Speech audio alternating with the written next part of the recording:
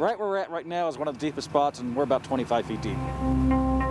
Nearly 2 million people live in the 5 counties that surround the Great Salt Lake, but near its center, Don't really even see any signs of civilization out here. It can be very peaceful. the lake is 70 miles long. Widest, it's 40 miles wide. What can't be put into exact numbers, shipwrecks waiting to be found. Last year, a combination of wind and receding water exposed what's left of a 118-year-old ship near the lake's south shore. With the lake as low as it is now, we're finding a lot of things we didn't know were out there. Dave Shearer, harbor master of the Great Salt Lake Marina, is our guide. You can see it really well over there. As we cross the lake, a freshwater current from one of the lake's tributaries, likely the Jordan River, has frozen. We pass through it and in time come to the railroad causeway. Almost makes Great Salt Lake 2 separate lakes. 15 miles of tracks atop a trestle with water flowing underneath is how it functioned starting in 1902. But in the 1950s, it was solidified with soil and stone.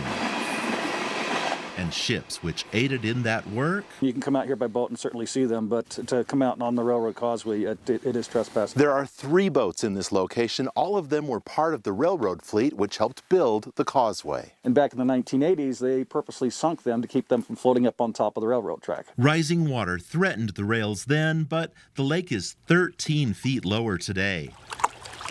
This drastic drop also helped expose another, much older boat. It'd be the timely goal, Brigham Young's boat, and it's on the south tip of Antelope Island. Part of it is visible. We just can't confirm that that is the wreck. It is in the right area to be the wreck, though.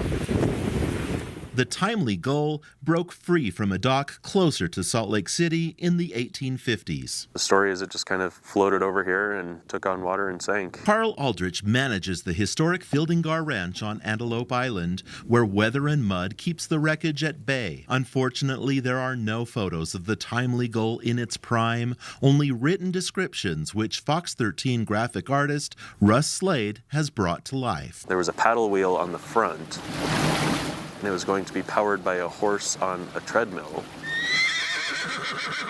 So it'd be, rolling the belt, and that would power the thing that moved the boat. Then they decided to do a steam engine, but it was too expensive to ship it over here.